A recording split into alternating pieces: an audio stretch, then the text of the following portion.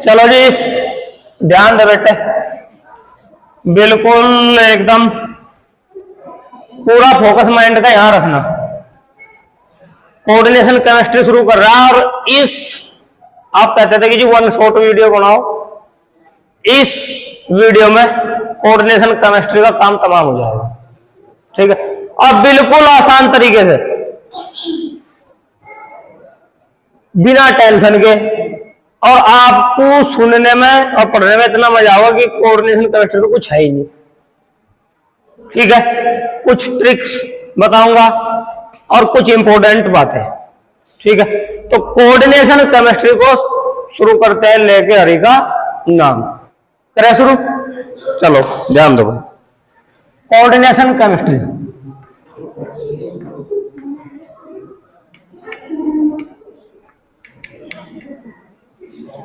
अब coordination chemistry में आप पढ़ते हैं कोऑर्डिनेशन कंपाउंड्स, तो मैं सीधा कोऑर्डिनेशन कंपाउंड ही लिखता हूं यहां पे। ठीक है, मैंने क्या कहा, कोऑर्डिनेशन केमिस्ट्री में आप कोऑर्डिनेशन कंपाउंड्स पढ़ते हैं, जिसको शॉर्ट में कॉम्प्लेक्स कंपाउंड भी आप कहते हैं। ठीक है, कोऑर्डिनेशन केमिस्ट्री में पढ़ते हैं आप कोऑर्डिनेशन या कोऑर्डिनेट कंपाउंड, जिसको आप दूसरी लैंग्वेज में कह सकते हैं कॉम्प्लेक्स कंपाउंड या आयन। ध्यान रखेंगे, एक छोटी सीढ़ी से मैं या एक छोटी चेन से बड़ी चेन की तरफ बढ़ता जाऊंगा, इसीलिए आप एक छोटी बात को भी ध्यानपूर्वक सुनेंगे कि ये क्या है, क्योंकि अगर आपने बीच में एक चेन मिस कर दी तो चेन टूट जाएगी और आगे आपकी समझ में कुछ नहीं आएगा। मैंने कहा आप पढ़ रहे हैं कोऑर्डिनेशन केमिस्ट्री, और कोऑर्डिनेशन केमिस्ट्री शुरुआत होती है किसकी, किसके बारे में ये बताती है, ये बताती है किसकी, कोऑर्डिनेट कंपाउंड्स के बारे में। ठीक है, कोऑर्डिनेट कंपाउंड्स। और कोऑर्डिनेट, ये जो कोऑर्डिनेट कंपाउंड है इसी को कहा जाता है कॉम्प्लेक्स कंपाउंड। ये क्या है, कैसे होता है, क्या चीज, सब कुछ बाद में बताऊंगा, अभी थोड़ा नाम पर फोकस करो, बस अभी नाम तक ही समझो। Coordination chemistry, coordination compound, complex compound. Complex का मतलब होता है जटिल, कॉम्प्लेक्स चीज है, कोई भी कॉम्प्लिकेटेड से ही कॉम्प्लेक्स और कॉम्प्लेक्स से ही कॉम्प्लिकेटेड, ऐसे कंपाउंड जो कॉम्प्लेक्स है, जटिल है, जिनकी स्ट्रक्चर, बॉन्ड फॉर्मेशन, सब एटम सटम उनका जटिल है, कॉम्प्लेक्स है, तो उन्हीं की बात करेंगे हम यहां पर। तो कोऑर्डिनेशन कंपाउंड या एक कॉम्प्लेक्स कंपाउंड, कोऑर्डिनेशन कंपाउंड रख देते हैं अभी यहां पे। तो एक कोऑर्डिनेट कंपाउंड में या कॉम्प्लेक्स कंपाउंड में जो जरूरी चीज होती है वो क्या होती है, वो जरूरी चीज होती है, असली चीज, मेन चीज जो है, उसके बिना बनने का ही नहीं, उसके बिना कुछ होने का ही नहीं, सेंट्रल मेटल एटम, इसके बिना कुछ नहीं होने का। अगर ये नहीं है तो कुछ नहीं। ठीक है, सेंट्रल मेटल एटम आपकी ये रही, मिडिल में रख लेता हूं,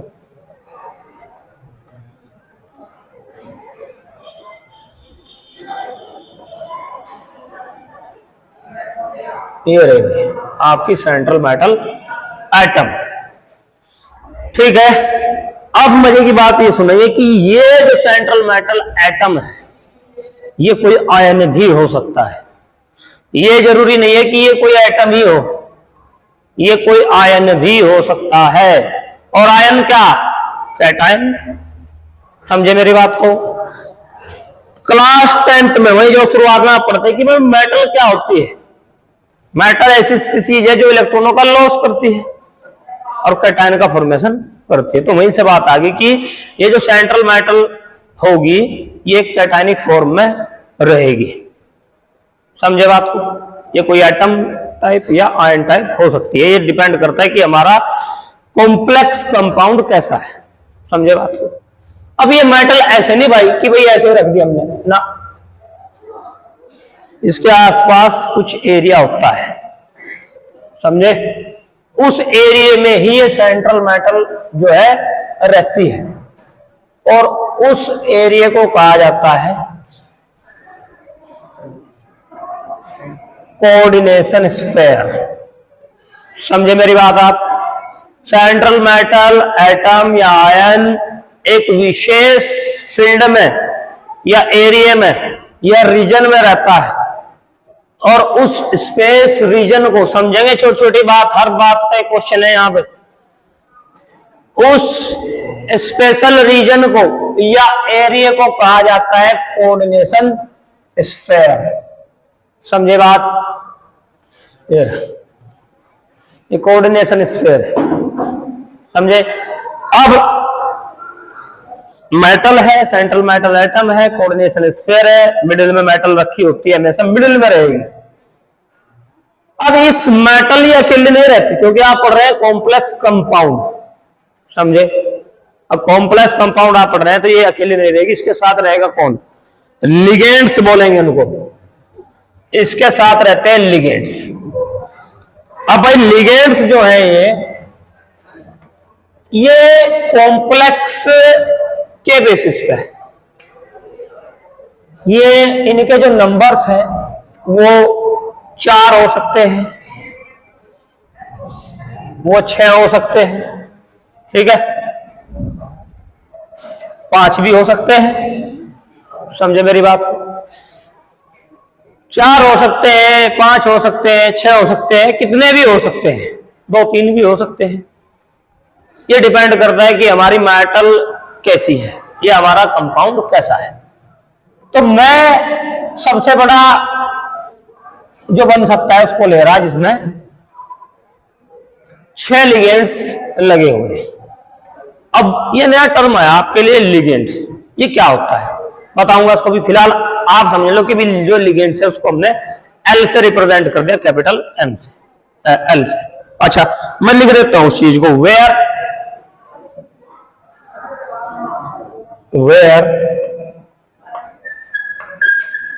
M equal to central metal atom और आयन। मैंने क्या कहा आपको, ये कोई मेटल भी हो सकती है, कोई आयन भी हो सकता है।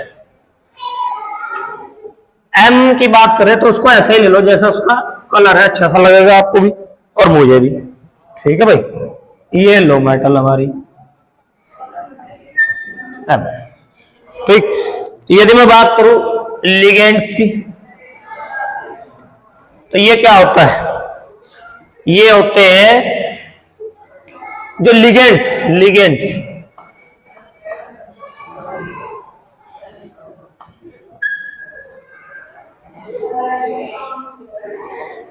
जो कोई भी एक एटम हो सकता है, कोई आयन हो सकता है और कोई मॉलिक्यूल भी हो सकता है। लिगेंड्स का जिक्र मैं यहां से इस साइड, इस एरिया में करूंगा बाद में, अभी इसको रोको। अगर हम इसके पास पहुंच गए तो इसका अपना पूरा एक ब्रॉड एरिया है लिगेंड्स का, ठीक। अभी मैंने कहा इन सिंबल का ध्यान रखो, एम है, एल है, कोई दिक्कत नहीं। एम क्या है? सेंट्रल मेटल है, एल क्या है? कोई लिगेंड्स है, बस इतना ही, क्योंकि इनकी भी अलग अलग बातें हैं, सारी बात में डिस्कस करेंगे। पहले इससे निपट लें, अपने कॉम्प्लेक्स कंपाउंड से। ये है हमारा कॉम्प्लेक्स कंपाउंड, में लिख देता हूं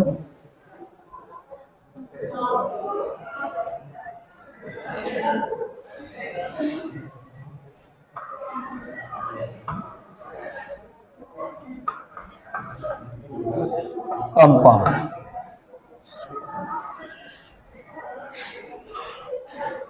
अच्छा, अब भाई बात करते हैं हम, क्या मेटल हो गए, लिगेंड्स हो गए। अब ये लिगेंड्स जो है मेटल के साथ कैसे जुड़े हुए हैं, ये बात है, तो जोड़ते हैं इनको। ये मेटल के साथ जुड़े हुए हैं एक कोऑर्डिनेट बॉन्ड से, ऐसे नहीं कि भाई ऐसे ही, एक कोऑर्डिनेट बॉन्ड से। कोऑर्डिनेट बॉन्ड, और कोऑर्डिनेट बॉन्ड को आप कैसे रिप्रेजेंट करते हैं? इस प्रकार, समझ रहे मेरी बात को? कोऑर्डिनेट बॉन्ड के थ्रू मेटल लिगेंड से जुड़े हैं या लिगेंड मेटल के साथ जुड़े हुए हैं। और कोऑर्डिनेट बॉन्ड को लगाने का एक विशेष तरीका है, इसको बताऊंगा कि कैसे क्या होता है इसमें, लेकिन फिलहाल अपने बॉन्ड से फोकस करो। देखो कि ये किस साइड से किस साइड की ओर जा रहे हैं, ठीक है। क्या दिखाई दे रहा है आपको, जो लिगेंड्स है वो मेटल के साथ कोऑर्डिनेट बॉन्ड के थ्रू जुड़े हुए हैं, और यहां पे जो एरो की डायरेक्शन है वो मेटल की ओर है। कर दी हमने, कोई बात नहीं, ठीक है, अच्छी बात। अच्छा, ऐसा क्यों हुआ, ये बताता है कि ये जो लिगेंड्स हैं आपके, इन्होंने मेटल को इलेक्ट्रॉन डोनेट किए हुए हैं। समझे मेरी बात को, ये इस बात को, यानी जो एरो की डायरेक्शन, कोऑर्डिनेट बॉन्ड में एरो की डायरेक्शन डोनर से एक्सेप्टर की ओर लगता है या चलता है। समझ रहे मेरी बात, चलो आगे बढ़ते हैं।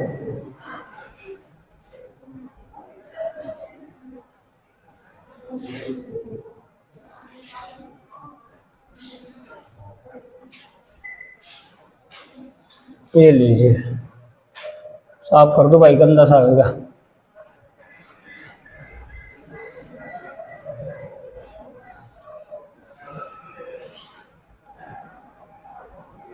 ये लीजिए, अब बिल्कुल करेक्ट हो गया।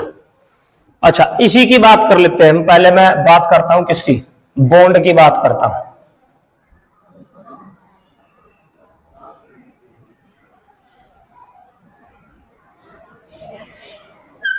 बॉन्ड, ये बॉन्ड कैसा हो सकता है, ये बॉन्ड कोवेलेंट भी हो सकता है और कोऑर्डिनेट तो ये है,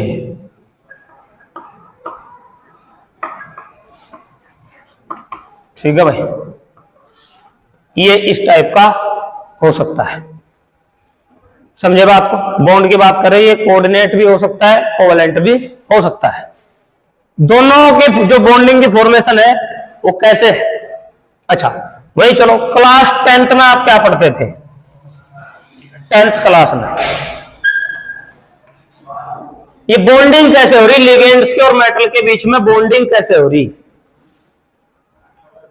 10th क्लास में आपने पढ़ा था म्यूचुअल शेयरिंग। कोवेलेंट बॉन्ड की यदि मैं बात करूं, शेयरिंग पढ़ा था, छोड़ दिया, सिंपल बात। म्यूचुअल शेयरिंग में क्या कि एक एटम का इलेक्ट्रॉन दूसरे एटम के इलेक्ट्रॉन के साथ शेयरिंग करता है और शेयरिंग से बॉन्ड फॉर्मेशन होती है। जैसे एग्जांपल के तौर पर एक हाइड्रोजन ने अपना इलेक्ट्रॉन दे दिया, एक ने अपना इलेक्ट्रॉन दे दिया, बॉन्ड फॉर्मेशन हो गई। समझे, आगे बढ़ो। फिर क्लास 11th में, यदि क्लास 11th की मैं बात करूं तो यहां पर आपने क्या पढ़ा, यहां पर आपने पढ़ी VBT, वैलेंस बॉन्ड थ्योरी। ये कहां से है, इसको इंट्रोड्यूस किसने कर दिया था, इंट्रोड्यूस कर दिया था इसको हिटलर ने और लंदर ने।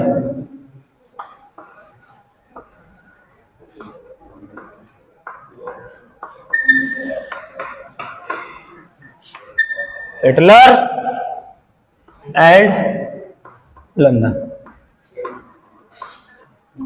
इन्होंने इसको इंट्रोड्यूस कर दिया था, लेकिन इसे मॉडिफाई किसने किया, इसमें सुधार किसने किया, इसमें सुधार किया पॉलिंग ने 1931 में। बस इसी ने ही बनाया इसको। क्या पढ़ा इसमें आपने, इसमें आपने पढ़ा कि एक एटम का एटॉमिक ऑर्बिटल ये रहा, दूसरे एटम के एटॉमिक ऑर्बिटल के साथ ओवरलैपिंग करता है और बॉन्ड फॉर्मेशन होता है। ठीक है, एक एटम का एटॉमिक ऑर्बिटल दूसरे एटम के एटॉमिक ऑर्बिटल के साथ ओवरलैपिंग करता है और बॉन्ड फॉर्मेशन हो जाता है। अब 12th में क्या पढ़ेंगे, इसी वीबीटी को आप, यही वीबीटी क्या बोलती है 12th में, ये कहती है कि मेटल का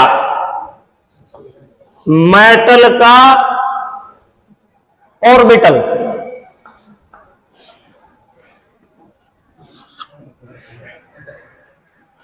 ओवरलैप करता है किसके साथ?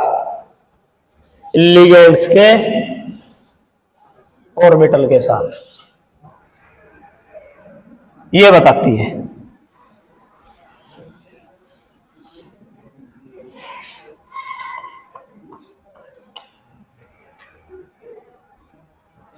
ट्वेल्थ क्लास में वीबीटी बताती है कि एक मेटल का ऑर्बिटल ओवरलैपिंग करेगा लिगेंड्स के ऑर्बिटल के साथ। दिखाऊंगा वहां कैसे क्या। अब यहां पे मजे की बात यह है कि ये मेटल का जो ऑर्बिटल है ये कैसा होगा। मेटल का ऑर्बिटल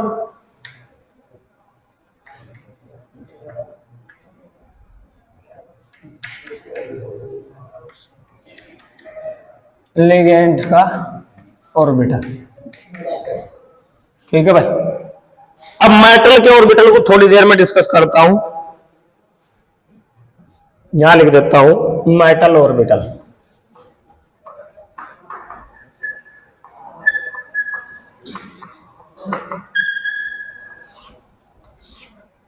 अभी इसे यहीं कहीं रोकते हैं क्योंकि कुछ और टर्म आपके क्लियर होनी बिल्कुल जरूरी है। मेटल ऑर्बिटल को मैं यहीं कहीं रोकता हूं। अब हम बात करते हैं यहां, आपको क्या पता लगा?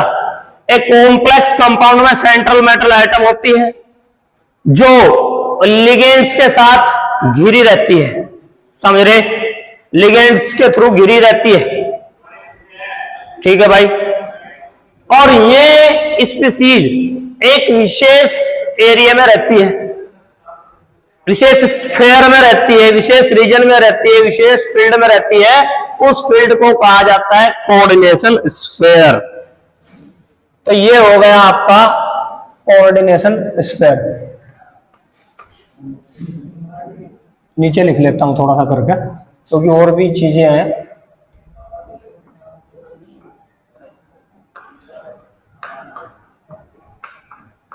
Sphere, coordination sphere. अच्छा, मैंने कहा ये मेटल के चार और जो लिगेंड्स हैं ये 2, 4, 3, 6 कुछ कितने भी हो सकते हैं, ये डिपेंड करता है हमारा कॉम्प्लेक्स कैसा है, ठीक। अच्छा, यहां एक और मजे की बात है कि इन लिगेंड्स ने जितने बॉन्ड मेटल के साथ बनाए जो उनका सम होगा वो कहलाएगा मेटल का कोऑर्डिनेशन नंबर। 2, 3 मेटल का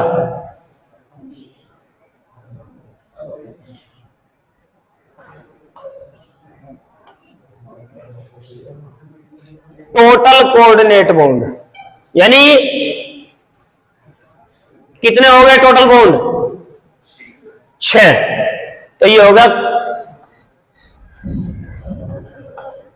कोऑर्डिनेशन नंबर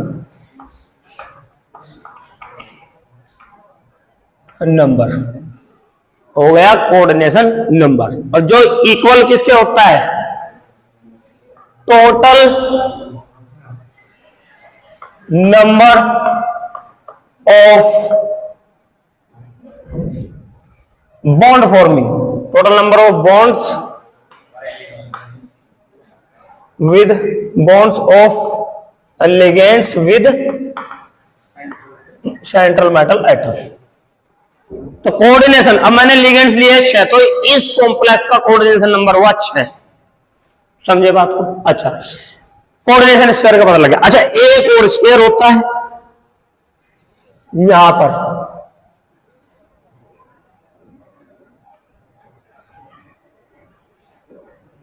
इस स्फीयर को बोला जाता है आयनाइजेशन स्फीयर, ठीक है भाई। और इस आयनाइजेशन स्फीयर में रहता है चार्ज।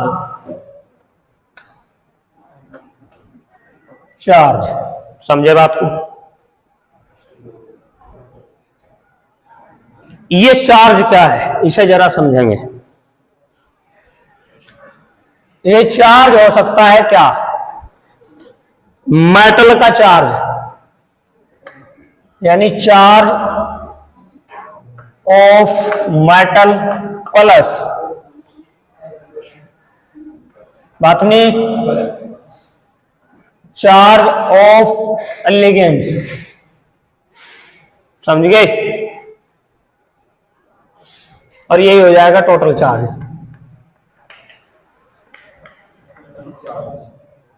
समझे बात।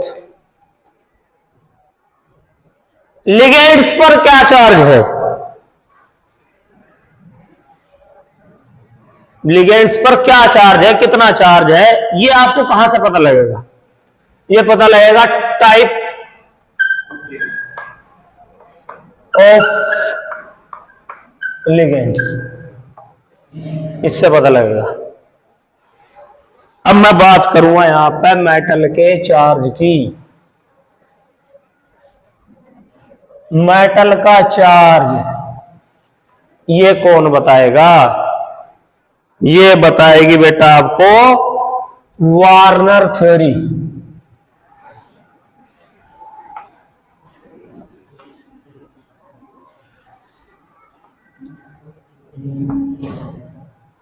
TH theory, Warner theory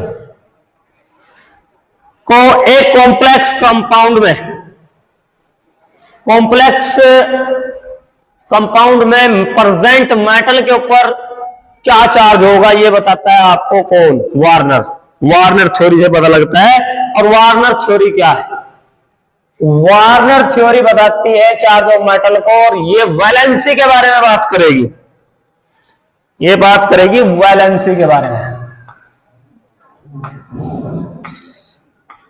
valency के बारे में बात करती है। और क्या कहती है कि मेटल की दो टाइप की वैलेंसी होगी, एक वैलेंसी को बोला जाएगा प्राइमरी वैलेंसी, ठीक है, प्राइमरी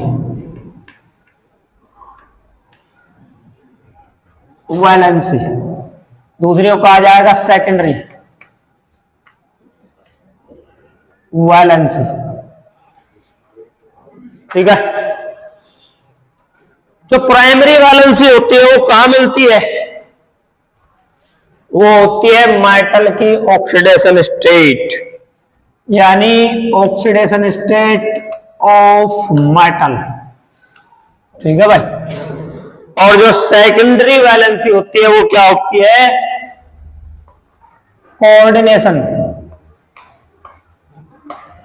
नंबर ऑफ मेटल, समझे बात को, coordination number of metal, secondary valency, primary valency क्या, oxidation state of metal.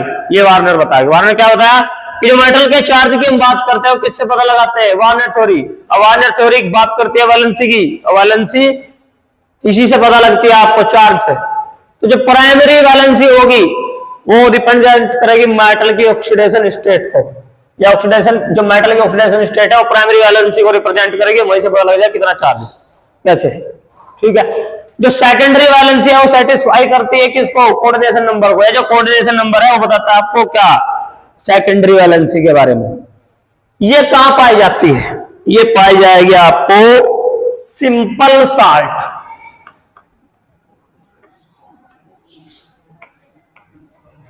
Simple salts में, समझे। जो सेकेंडरी वैलेंसी है वो पाई जाएगी कहां, कॉम्प्लेक्स कंपाउंड्स में,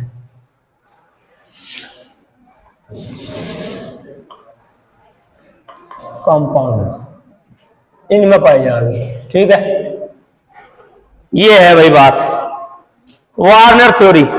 पता चला वार्नर थ्योरी के बारे में कुछ। अच्छा, हमने क्या क्या चीज छोड़ दी थी इधर, लिगेंड्स, लिगेंड्स के बारे में मैंने कहा बात करूंगा। चलो लिगेंड्स को लेते हैं।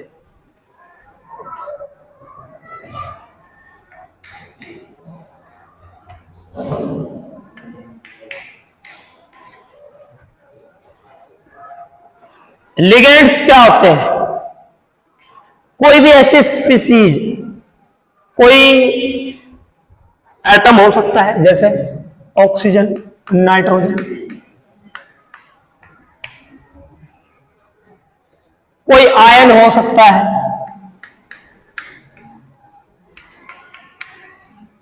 कोई मॉलिक्यूल हो सकता है,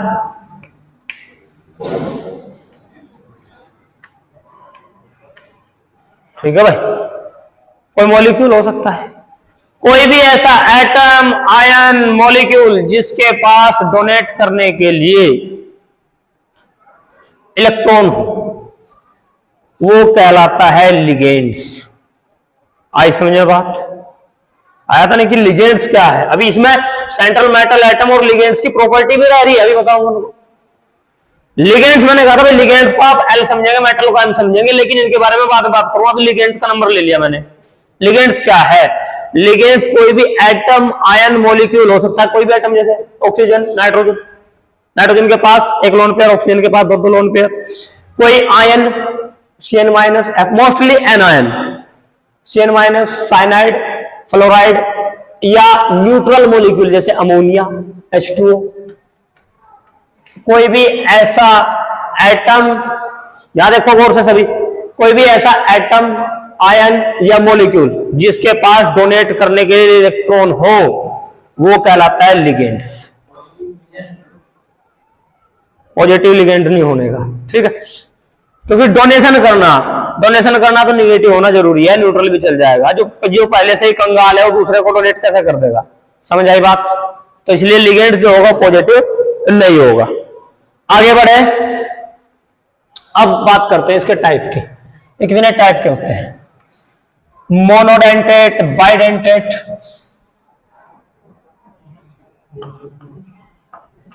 मोनोडेंटेट, मोनोडेंटेट। मोनोडेंटेट क्या? जिसके पास वन डोनर साइट, एक डोनर साइट होती है, ठीक है। बाइडेंटेट,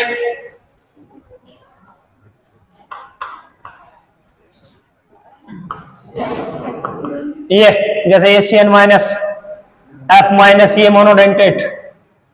बाइडेंटेट जिसके पास दो डोनर साइट हो,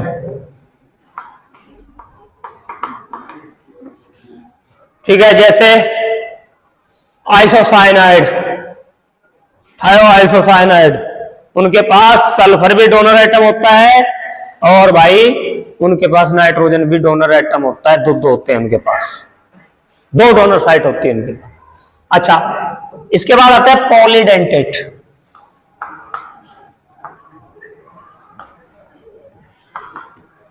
पॉलीडेंटेट, इसका एग्जांपल, इसमें बहुत सारे, जैसे EDTA,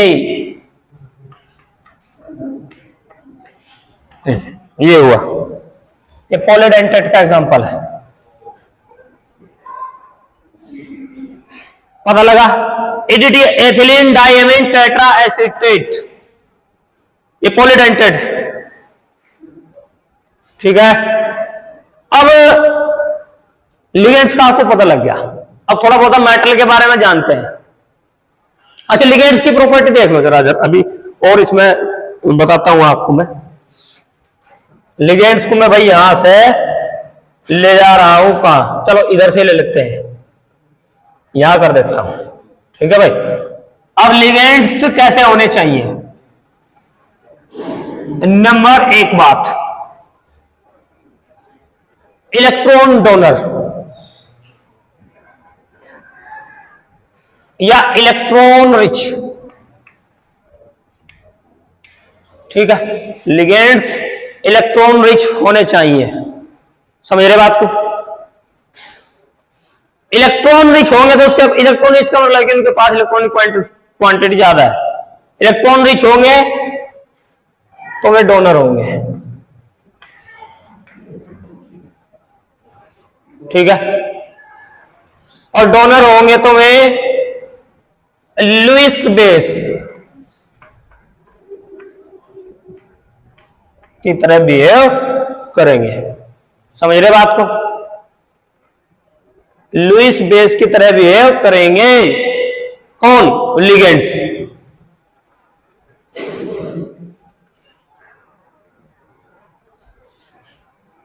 और जो लुईस बेस होते हैं वो आपको पता है क्या होते हैं? इधर लग जाता हूं मैं इसको छोटा सा करके। वे होते हैं न्यूक्लियोफाइल।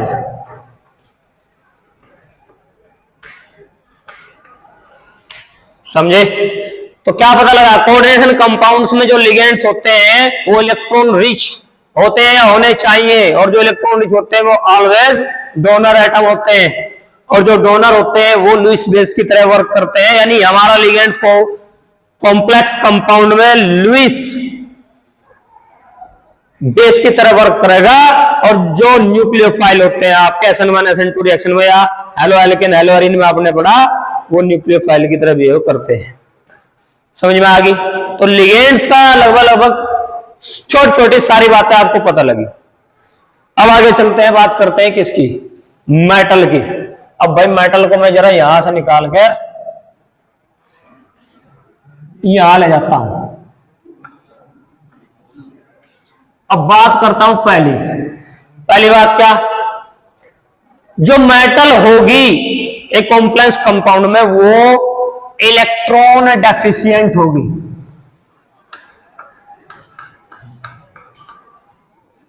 या होती है। और जो इलेक्ट्रॉन डेफिशिएंट होते हैं वो इलेक्ट्रॉन एक्सेप्टर की तरह बिहेव करते हैं। ठीक। अब जो इलेक्ट्रॉन एक्सेप्टर होते हैं वो वर्क कैसा करते हैं? लुईस एसिड का। और जो लुईस एसिड होते हैं वो क्या होते हैं? इलेक्ट्रोफाइल।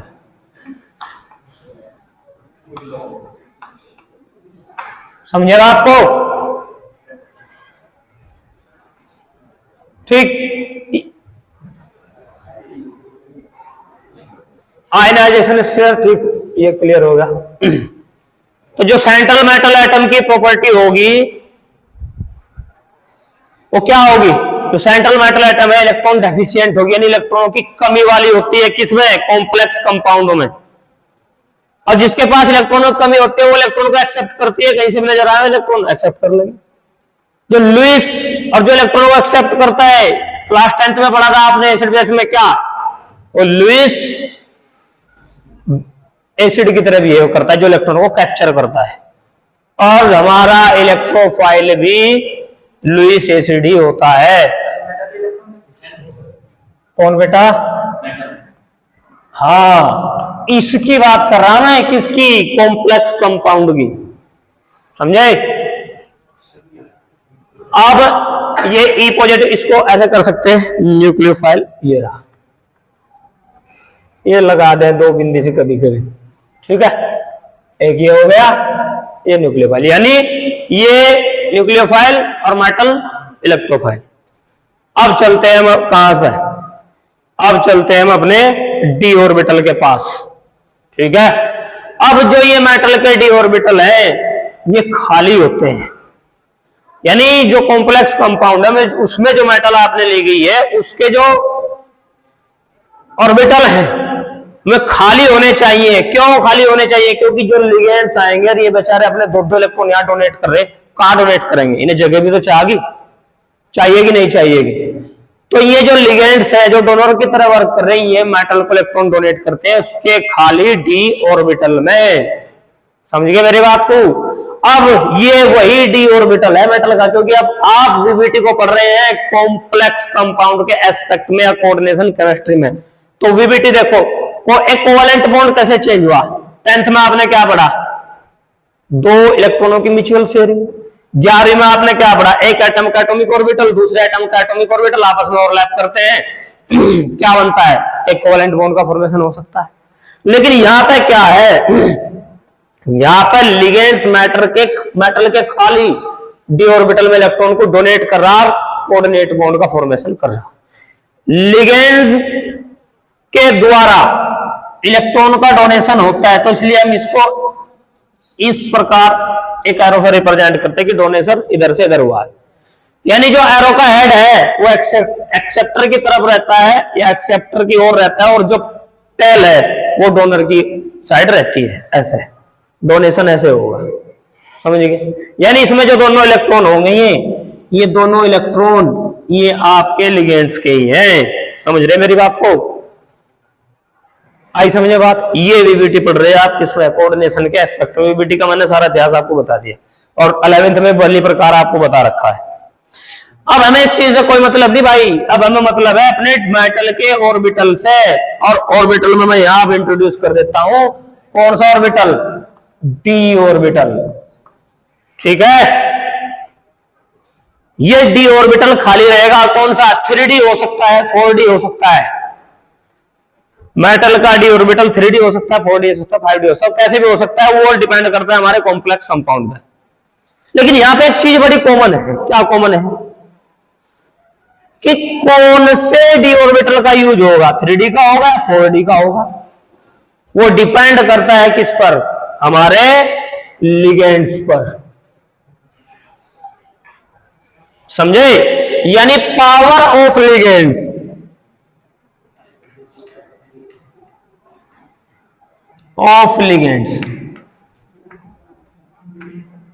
ये कहां से पता चलेगी आपको? ये पता चलती है आपको स्पेक्ट्रोकेमिकल सीरीज से।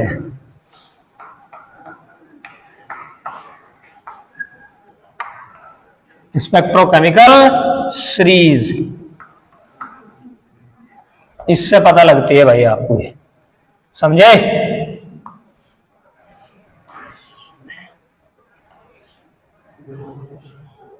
ये रही, समझ आई बात आपकी?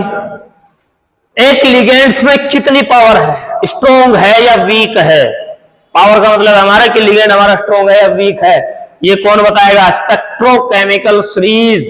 अब स्पेक्ट्रोकेमिकल सीरीज क्या होती है? एक ऐसी सीरीज होती है जिसमें लिगेंड्स को उनकी स्ट्रेंथ के बेसिस पे अरेंज किया गया है डिक्रीजिंग ऑर्डर में। जो टॉप पर रहता है जैसे कार्बोनिल साइनाइड वगैरह, ये टॉप पे है। नीचे आपके ये ब्रोमाइड, आयोडीन वगैरह आ जाएंगे, आयोडाइड वगैरह या वाटर वगैरह। तो ये होते हैं वीक लिगेंड। पता लगा पावर ऑफ लिगेंड का? स्पेक्ट्रोकेमिकल सीरीज से पता लगता है, जो बताती कि कोई लिगेंड कितना स्ट्रॉन्ग होगा, कितना वीक होगा। अब ये डी ऑर्बिटल में जब इलेक्ट्रॉन का डोनेशन होगा, अब हमें क्या करना है? इलेक्ट्रॉनों को भरना है मेटल के डी ऑर्बिटल में। अब कॉम्प्लेक्स कंपाउंड बनेगा, असली प्योर कॉम्प्लेक्स कंपाउंड अब बनेगा। यहां कैसे बनेगा ये देखो। जो ये मेटल के डी ऑर्बिटल है, इनका यूज कैसे होता है भाई? जब यूज किया हमने कौन सा? इनर ऑर्बिटल का। ठीक, इनर ऑर्बिटल।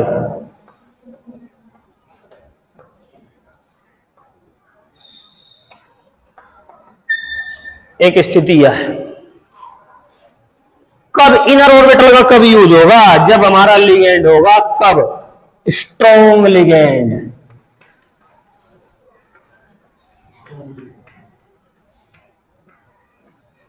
जब लिगेंड हमारा स्ट्रॉन्ग होगा।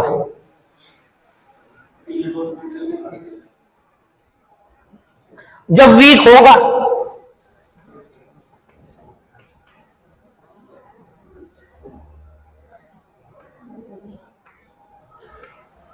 तो यूज होंगे आउटर ऑर्बिटल।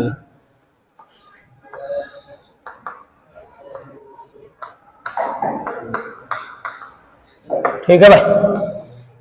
स्ट्रॉन्ग लिगेंड में ध्यान देंगे, स्ट्रॉन्ग लिगेंड में ऐसी कैपेबिलिटी होती है, यदि मेटल के डी ऑर्बिटल में एक एक अनपेयर्ड इलेक्ट्रॉन रखा हुआ है,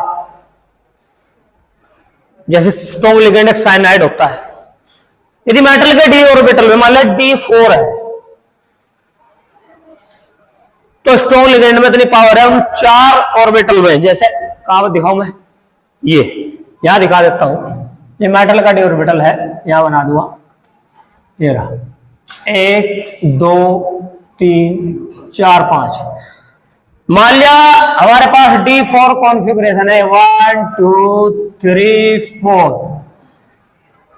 तो इस साइनाइड लिगेंड में या स्ट्रॉन्ग लिगेंड में जो स्पेक्ट्रोकेमिकल सीरीज के टॉप पर रहता है उसमें इतनी पावर होती है कि वो इन्हें उठा के कह रहा भागो यहां से, अब मैं आ लिया, अब मैं अपने लिगेंड यहां पर डोनेट करूंगा। तो ये क्या करते हैं, इनको वो पेयर अप कर देता है जबरदस्ती। समझे बात को? ठीक।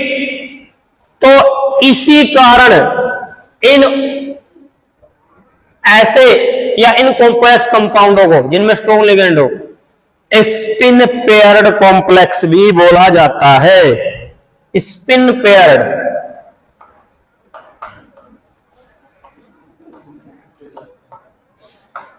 ठीक है भाई, या लो स्पिन भी इन्हें कहा जाता है। स्पिन पेयर या लो स्पिन। समझे बात को? स्पिन पेयर या पेयर्ड या लो स्पिन। क्यों? क्योंकि जो स्ट्रॉन्ग लिगेंड है उसमें इतनी कैपेबिलिटी होती है कि वो इन इलेक्ट्रॉनों को पेयर अप कर देता है, पेयरिंग हो जाती है। तो क्या हो गया? Spin paired. पेयरिंग हो गई तो स्पिन पेयर्ड या लो स्पिन विन को कहते हैं। इसके अपोजिट जो वीक लिगेंड होता है उसमें बेचारे में जैसे H2O है उसमें इतनी एक्सटेंट ही नहीं है कि वो क्या कर दे, इन्हें पेयर अप कर दे। तो ऐसे जो कॉम्प्लेक्स होंगे वो होंगे हाई स्पिन, स्पिन या स्पिन फ्री। ठीक है, या स्पिन फ्री। और जो ये स्पिन फ्री होते हैं ये होते हैं paramagnetic due to presence of unpaired electron. Paramagnetic, ठीक है। मैग्नेटिक प्रॉपर्टी आप डी ब्लॉक एफ ब्लॉक में पढ़ के आगे।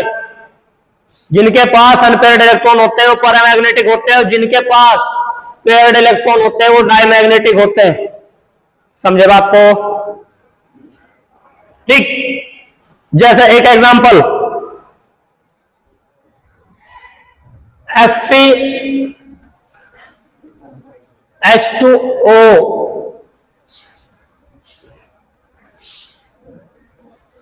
के होल 6 अब पूरे कॉम्प्लेक्स पर आ गया 2 पॉजिटिव चार्ज।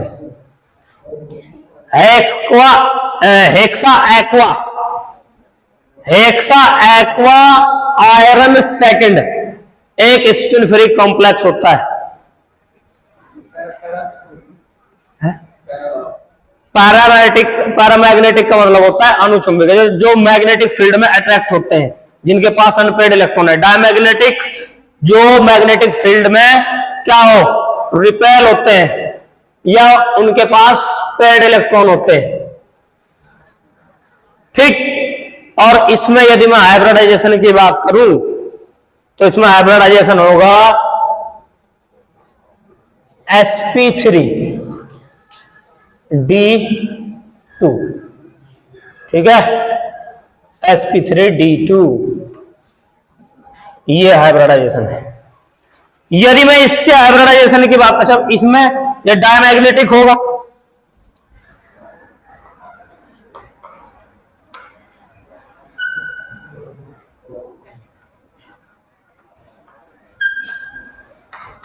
डायमैग्नेटिक।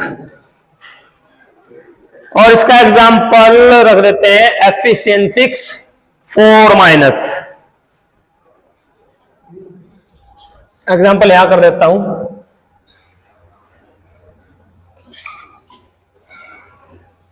FeCN6 4-। ये इसका एग्जांपल है डायमैग्नेटिक का। क्यों? क्योंकि स्ट्रॉन्ग लिगेंड है इसमें, और स्ट्रॉन्ग लिगेंड की प्रॉपर्टी क्या, सारों को पेयर अप कर देगा और जब इलेक्ट्रॉनों की पेयरिंग हो जाएगी तो जो मैग्नेटिक प्रॉपर्टी है वो खत्म हो जाएगी। मैग्नेटिक प्रॉपर्टी कब तक है? डी ब्लॉक में आप पढ़ गए, एफ ब्लॉक में आप पढ़ गए कि इक्वल टू या प्रोपोर्शनल टू अनपेयर्ड इलेक्ट्रॉन। जितने अनपेयर्ड इलेक्ट्रॉन होंगे उतनी ज्यादा पैरामैग्नेटिक होगा, इतनी मैग्नेटिक उसमें प्रॉपर्टी होगी। यानी मैग्नेटिक फील्ड में या इलेक्ट्रिक फील्ड में वो कॉम्प्लेक्स अट्रैक्ट होगा। लेकिन जिसके पास पेयर्ड इलेक्ट्रॉन है वो डायमैग्नेटिक होगा। चुंबकीय क्षेत्र में, मैग्नेटिक फील्ड में या इलेक्ट्रॉनिक फील्ड में वो रिपेल होगा, प्रतिकर्षित होगा, दूर भागेगा। समझ रहे बात को? तो वो ही डायमैग्नेट होता है। और ऐसे कोई कहा जाता है लो स्पिन या स्पिन पेयर्ड या डायमैग्नेटिक। और जो अट्रैक्ट होता है वो हाई स्पिन है, स्पिन फ्री है, फ्री है, कोई कपलिंग नहीं हुई, फ्री है तो पैरामैग्नेटिक है, अट्रैक्ट होगा। ठीक, sp3d2। इसका हाइब्रिडाइजेशन क्या होगा? इसका हाइब्रिडाइजेशन होगा d2sp3,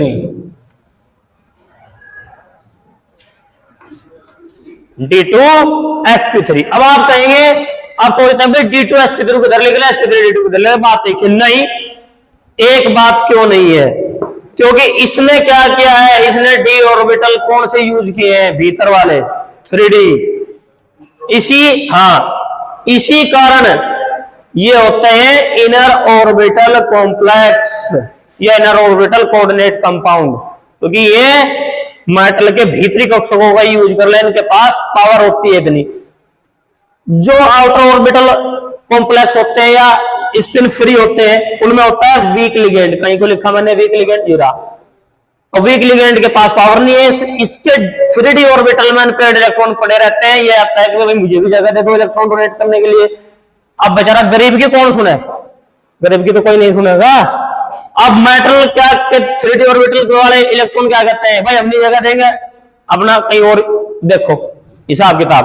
तो कहेगा भाई ठीक है। तो फिर ये 3d ऑर्बिटल का यूज न करते हुए यूज करता है 4d ऑर्बिटल का, और इसमें हाइब्रिडाइजेशन होता है sp3d2। समझ गए मेरी बात को? d2sp3 और sp3d2 का क्या अंतर है, समझ में आया? d2sp3 में मेटल के ऑर्बिटल, इस ऑर्बिटल का यूज हुआ भीतर का 3d का, इसलिए ये हुआ इनर ऑर्बिटल कॉम्प्लेक्स या लो स्पिन, क्योंकि सारी की सारी स्पिन रेस्ट्रिक्टेड कर दी किसने? स्ट्रॉन्ग लिगेंड ने। स्पिन का मतलब है यहां पे कितने फ्री इलेक्ट्रॉन है, समझे बात को? और यहां तो बेचारा ये वीक लिगेंड था, कमजोर था, 3d ऑर्बिटल में इलेक्ट्रॉन आराम से बैठे मजे में। ये लिगेंड भाई H2O है यहाँ पे वीक लिगेंड, कि भाई मैं भी अपने इलेक्ट्रॉन रख लूं तुम्हारे घर में, उनका नाम तो जगह देते हैं, अपना कहीं और देखो। तो भाई ठीक है। फिर मेटल इसको प्रोवाइड करती है 4d ऑर्बिटल। तो ये बाहर 4d बाहर के हो गया ना, तो इसलिए ये हो जाएगा क्या? Outer orbital complex. समझ गए मेटल के ऑर्बिटल कैसे यूज होंगे? तो ये है कहानी। अच्छा, और क्या रहा इसमें? आयनाइजेशन स्फीयर हो गया। एक एग्जांपल, अब जगह तो कहीं बची नहीं।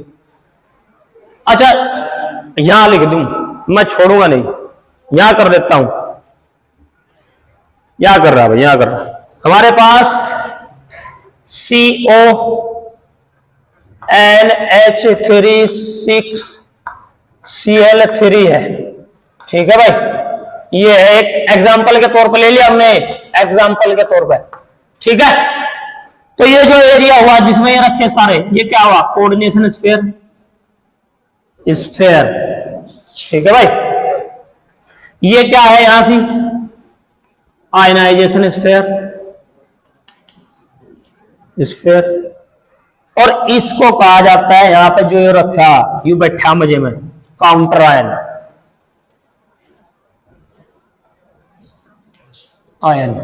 काउंटर आयन, ये जो यहां पे, ये यहां मिलेगा आपको।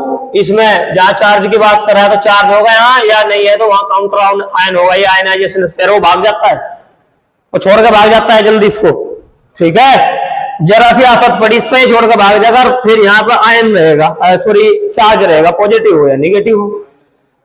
तो वही आयनाइजेशन स्फीयर है। अगर वहां पे कुछ समय के लिए लिगेंड है, तो ऐसे लिगेंड्स को या ऐसे आयन को बोला जाता है काउंटर, क्या? Counter ion. ठीक है। अच्छा, ये मैंने कहा मोनोडेंटेट, जरा डेंटेट पर फोकस करेंगे आप। डेंटेट, डेंटेट कहां से आया? डेंटेट आया है डेंट से। डेंट ग्रीक भाषा का वर्ड है, डेंटेट कर लो, डेंटेट ग्रीक मतलब होता है टूथ। टूथ मतलब दांत, यानी जो मोनोडेंटेट लिगेंड होता है उसके पास एक दांत से कट लगाता है वो उधर मेटल के डी ऑर्बिटल में, तो मोनोडेंटेट। बाइडेंटेट उसके पास दो दांत बोल लो, लेकिन दांत को हम इसे कन्वर्ट करके केमिस्ट्री भाषा में ले आते हैं कि उसके पास दो डोनर एटम है, दो डोनर साइट है। इसने डोनेट कर दिया, ठीक, नहीं तो दूसरा करेगा, जैसे आइसोसाइनाइड, थायोआइसोसाइनाइड, एक सल्फर है, सल्फर ने डोनेट कर रखा है, अच्छी बात है, नहीं सल्फर डोनेट कर रहा तो नाइट्रोजन डोनेट कर देगा, ठीक है। ये रानी क्या SCN, ये रहा, सल्फर के पास भी दो लोन पेयर है, नाइट्रोजन के पास भी दो लोन पेयर है। नाइट्रोजन डोनेट नहीं कर रहा तो सल्फर कर देगा, सल्फर नहीं किया तो नाइट्रोजन कर देगा, तो हो गया मजे की बात, ये टेट्राडेंटेट हो गया ADTA, ठीक है। तो जितने डोनर साइट उतने ही डेंटेट होता है, एक तक मोनोडेंटेट, दो तक पॉलीडेंटेट, उससे ज्यादा हो गया तो एक मोनोडेंटेट, दो बाइडेंटेट या डाई कह सकते हैं, और दो से ज्यादा हो गया तो पॉलीडेंटेट। आई समझ में बात। या कोऑर्डिनेशन केमिस्ट्री है। कोऑर्डिनेशन केमिस्ट्री को जरा एक बार रिकैप देखो, क्या सेंट्रल मेटल एटम कैसे कैटायनिक फॉर्म में, कहा डी ऑर्बिटल, इसके ऑर्बिटल कौन से यूज होंगे, डी, कैसे कैसे होंगे नीचे बता। लिगेंड्स बाहर रहते हैं किसके, मेटल के चारों ओर उसको घेर के रखते हैं, सारे का सारे कहां रखे हैं, कोऑर्डिनेशन स्फीयर में, ठीक है। कहीं को बनाया था मैंने coordination sphere, coordination number of, ये हो गया कोऑर्डिनेशन स्फीयर,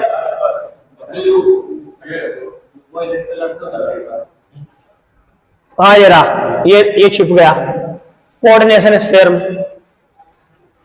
कोई आयन रह सकता है यहाँ, जैसे ये रहा एग्जांपल Cl3, वो काउंटर आयन होगा, जरा सा हीट दिया आपने, जरा सा कुछ किया, वो छोड़कर भाग जाता तुरंत।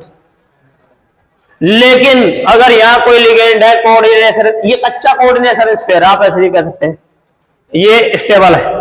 इसमें यदि लिगेंड रखा, ये वाटर का रखे, 6 मॉलिक्यूल वाटर का रखे, इस कंपाउंड को कितना ही गर्म कर लियो, आग लगा दियो उसमें, ये 6 मॉलिक्यूल वाटर के सेपरेट नहीं होने के, क्यों, क्योंकि कोऑर्डिनेशन स्फीयर के अंदर रखे। इसी कारण इन्हें कॉम्प्लेक्स कंपाउंड कहा जाता है, कॉम्प्लेक्स कंपाउंड बोला जाता है।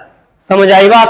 अच्छा, जितने लिगेंड्स है उन्होंने जितने बॉन्ड का डोनेशन करके बॉन्ड फॉर्मेशन की है, उतने को टोटल कर दो, वो हो जाएगा उस मेटल का कोऑर्डिनेशन नंबर, मेटल का कोऑर्डिनेशन नंबर, ठीक। अब कोऑर्डिनेशन नंबर से ये, अब कोऑर्डिनेशन नंबर को, ये जो चार्ज है इसका कौन बताएगा, वार्नर थ्योरी में इसका थोड़ा डिस्कस किया जाता है। और ये वैलेंसी को रिप्रेजेंट करता है। वैलेंसी दो प्रकार की, primary valency, secondary valency. Primary valency जो होती है वार्नर के अनुसार, वार्नर थ्योरी के अनुसार या अकॉर्डिंग टू वार्नर, क्या ऑक्सीडेशन स्टेट ऑफ मेटल, जो मेटल की ऑक्सीडेशन स्टेट होती है नॉर्मली, वो प्राइमरी वैलेंसी है। किन में पाई जाती है, सिंपल साल्ट, साधारण लवण, ठीक। जो सेकेंडरी वैलेंसी होती है अकॉर्डिंग टू वार्नर, किसमें पाई जाती है, कोऑर्डिनेशन कंपाउंड्स में, इनमें। और क्या होती है, जो मेटल का कोऑर्डिनेशन नंबर होता है, किन में पाई जाती है, कॉम्प्लेक्स कंपाउंड में, ठीक है। लिगेंड्स का पता लग गया। ऐसे एटम, ये एटम या मॉलिक्यूल या आयन जो इलेक्ट्रॉनों का डोनेशन कर सकते हो मेटल के डी ऑर्बिटल में, वे कहलाते हैं लिगेंड्स। एक डोनर साइट मोनोडेंटेट, दो बाइडेंटेट, दो से ज्यादा पॉलीडेंटेट। फिर बात की हमने किसकी, वीबीटी की, वैलेंस बॉन्ड थ्योरी को पढ़ने से पहले आपको कोवेलेंट बॉन्ड का पता होना चाहिए। मैंने कहा ये बॉन्ड कोवेलेंट भी हो सकता है, कोऑर्डिनेट भी हो सकता है, ठीक है। तो कोवेलेंट बॉन्ड क्लास 10th में आपने पढ़ा था कि एक एटम अपने इलेक्ट्रॉनों की शेयरिंग दूसरे एटम के साथ करता है और म्यूचुअल शेयरिंग से कोवेलेंट बॉन्ड बनाता है। कार्बन का बहुत पढ़ा आपने, H2 मॉलिक्यूल पढ़ा, उसका एग्जांपल ये मैंने दिया आपको।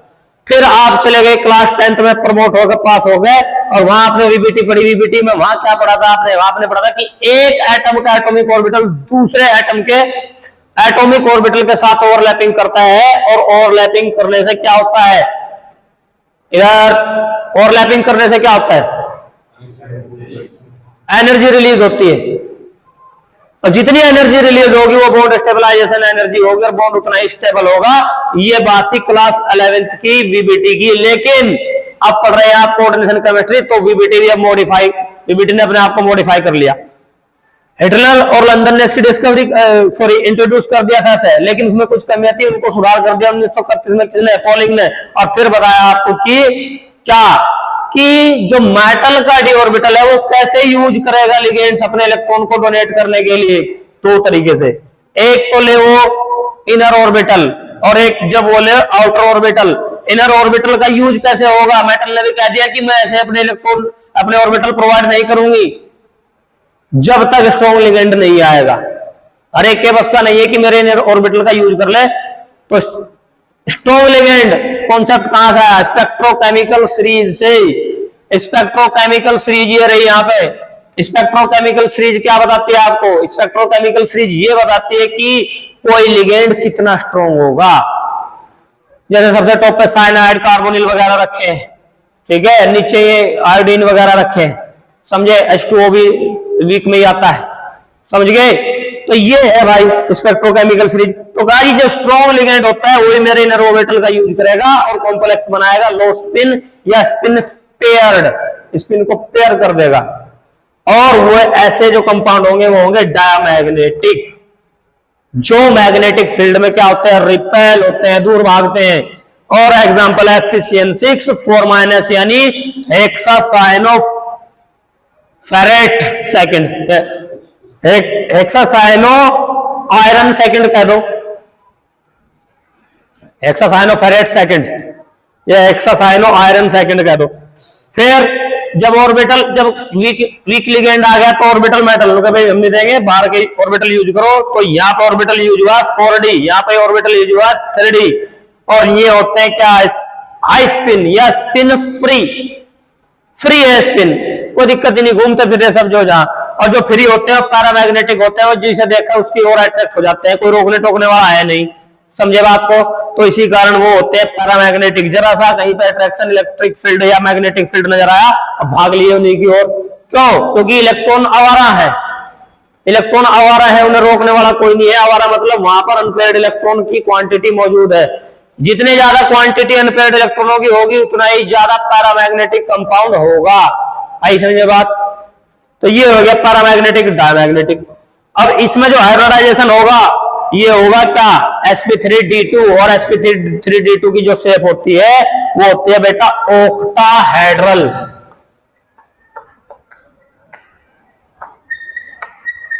ये हो गया ऑक्टाहेड्रल, और ये भी ऑक्टाहेड्रल ही रहेगा, घबराओ मत।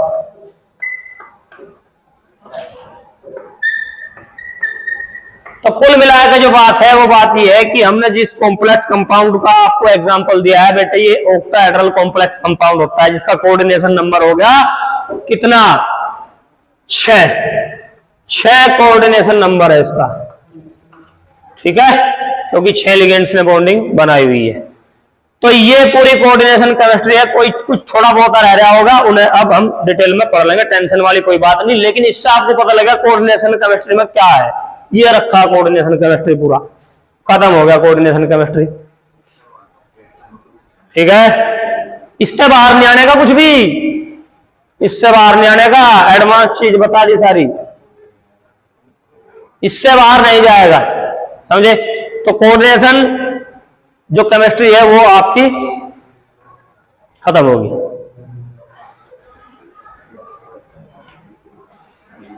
Thanks for cooperation, like share and subscribe.